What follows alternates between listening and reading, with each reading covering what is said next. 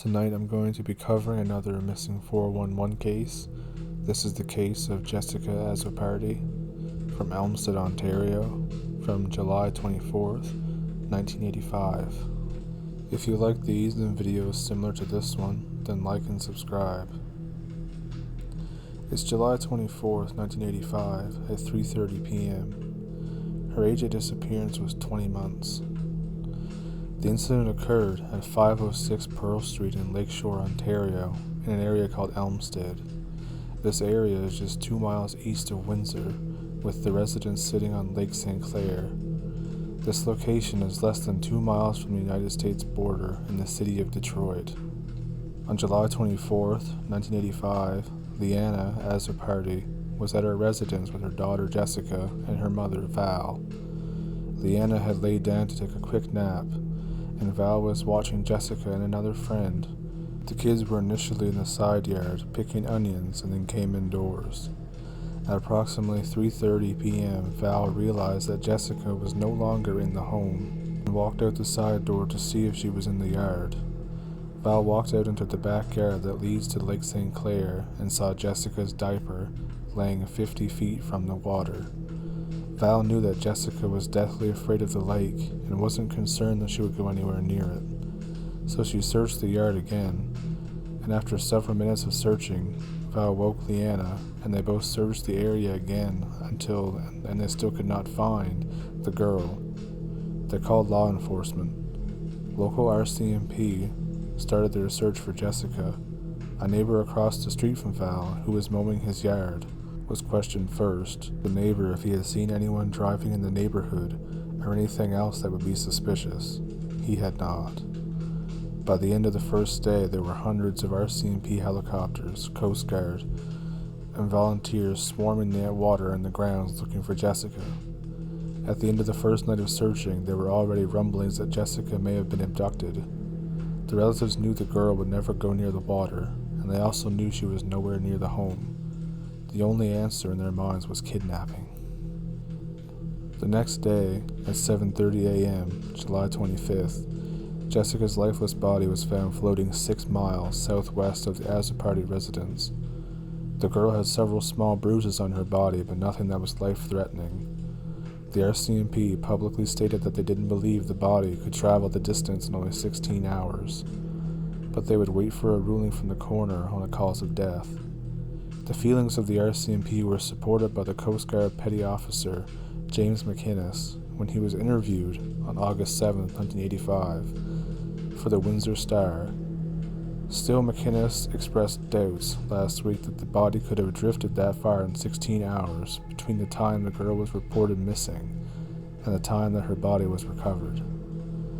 The report that cut through the heart of this case and set the city of Windsor and Detroit reeling was an article in the Toronto Star dated July 31st of the same year.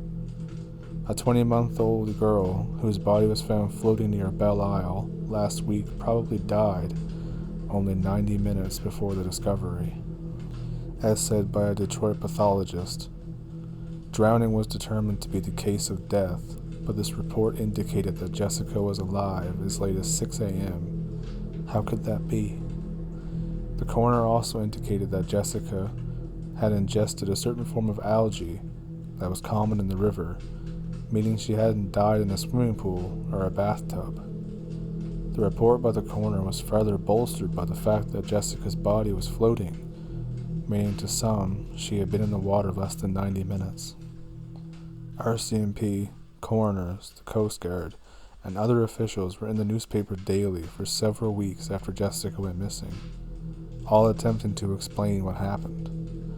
After nearly 3 weeks of investigation, the RCMP went public with the ruling that Jessica died of an accidental drowning, but her case is classified as unexplained death.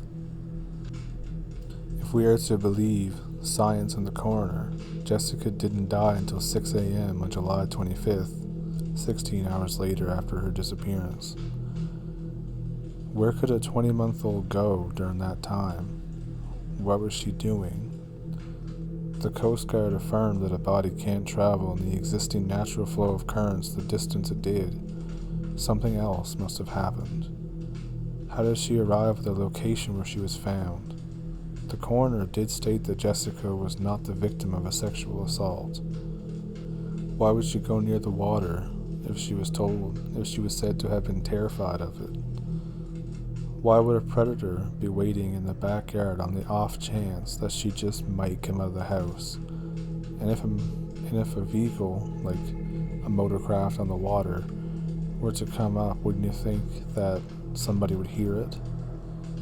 This is one of those cases where the person missing was not found in the search quadrant that was drawn out by authorities.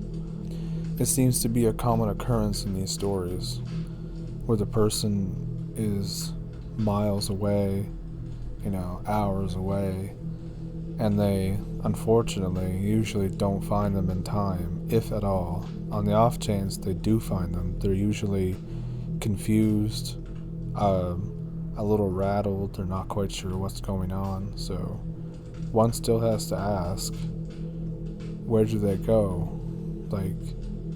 Is it like an alternate dimension?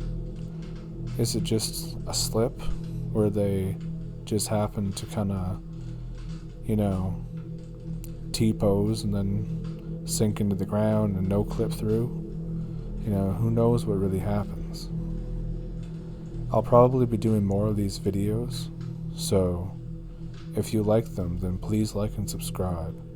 This one was a shorter one because it's 2:30 in the morning. So I hope you enjoyed it because I thought it was an interesting story. So have a good night.